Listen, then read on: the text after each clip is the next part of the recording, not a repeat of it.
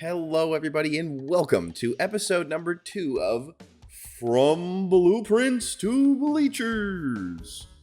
Today, I'm going to be changing up the format a little bit from all of one conference to one stadium being highlighted at a time, with a little more time spent on each stadium. And one thing I'm going to do with that time is doing a quick history of each stadium as well. So without further ado, let's dig in. Rice Stadium was first built in 1950 in Houston, Texas. It was built purely with the idea of being the best site to watch a football game, but it quickly turned into quite the place for history as well. This stadium housed the 1962 "We Choose to Go to the Moon" speech by John F. Kennedy, where he foreshadowed the dominance of Texas over Rice for years to come. This stadium also housed the 1974 Super Bowl between the Dolphins and Saints, where it exceeded the allowed max attendance by thousands, as well as served its place for many a graduation and historically major touring concert venues. Architecture. This project was subsidized by the city, so you already know the most modern of architecture of time was put to use on.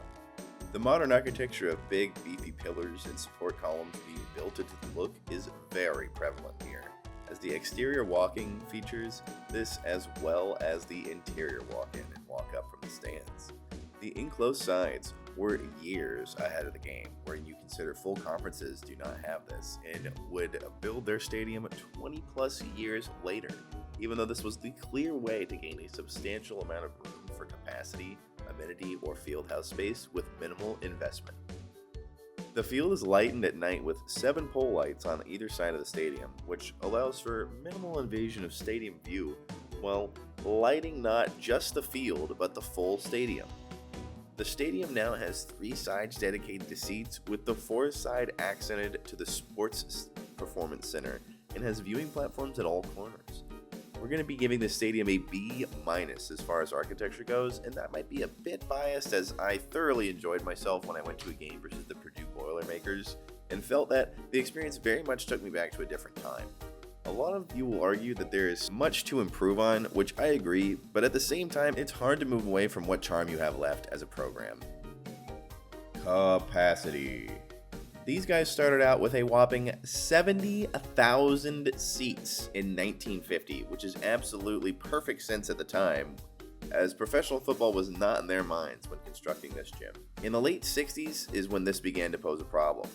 They slowly put into work plans to mitigate the look of reduced capacity, and that has been being improved upon ever since, with changes being made as early as last year. A major influence on the capacity number, though, came in 2006, when they decided to do what I believe was a genius idea of covering their concrete step seats with a beautiful Rice Owls blue logo tarp, of which the south side still stays there today. The north side, on the other hand, has been demolished for the Sports Performance Center, and I believe that was a smart play as they integrate the building into the stadium very well. I'd like to see some suites implemented, but mainly we need to focus on the extremely outdated seating in the upper deck. Well, I said before, the nostalgia is hard to give up. If you're not gutting out these old boys and getting new seats, some serious investment needs to be made into remediation to the old seats, because it needs to get done. While I understand the attendance isn't paying for it, it certainly never will with spots looking like this. The only alternative is, you guessed it, bleacher seating. Today, the stadium sits at 48,000, which is still a stark difference for the conference that they're in, but it is a great resource as a multi-purpose vessel.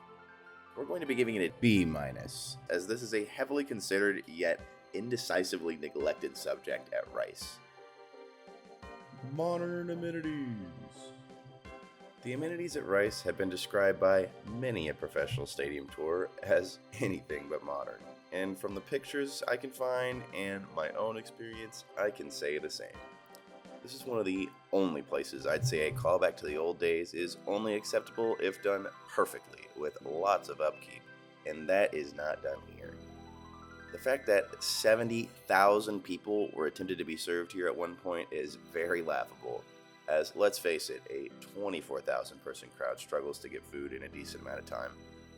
So I don't think people ate back then or something. I'm not quite sure what went on there. We are rating these guys against their peers, so they're still going to be getting a C-, as while the amenities are outdated, it's still somehow ahead of the game when compared to certain others. They still have coverage over walking areas and standing areas where needed, and have made steps forward with room to grow. Fan appeal! While Rice has been dealing with dwindling attendance, that is kind of in air quotes, as most peers in the AAC average around or near what they average, which is about 18 to 24,000 people per game. Now, there's a bit of a high side to that part of the conference, but we'll get into that later when it's their time. While at Rice, 18 to 24,000 people is 50% capacity. You would like to see more, as the main parts of their stadium seem to get populated, main parts that aren't affected by the, of course, stuff we covered in capacity. It might just be time to modernize, because the other seats are not exactly desirable by most of the public. The classic platforms at the corners with suites in the midpoints instead of upper decks might be a nice change to nostalgia ratio that you could do, and you could even do an indoor amenity and dedication to the stadium in the back, leading to upper suites with a viewing pad on the forefront, like what's redlined here. But at the end of the day, we're going to have to give Rice a D rating. With the data pool that they have that shows no changes over a serious amount of time, there needs to be something new tried if they want a different result. Alright folks, there you have it. Rice Stadium, broken down a little bit more in depth for you. A very nostalgic stadium that surely has played a part in some incredible memories for many different people from all sorts of walks of life. A football stadium that's played the role of unification between souls for many years and hopefully years to come. The staff has a lot on their hands updating this place while still paying homage to those memories, but I surely am excited to see where it all goes all the same. It gets a C overall, and baby, C has never looked so good, so honestly, I cannot wait to get into the rest of the conference with you all. Thanks again for watching, and I hope you have a great day.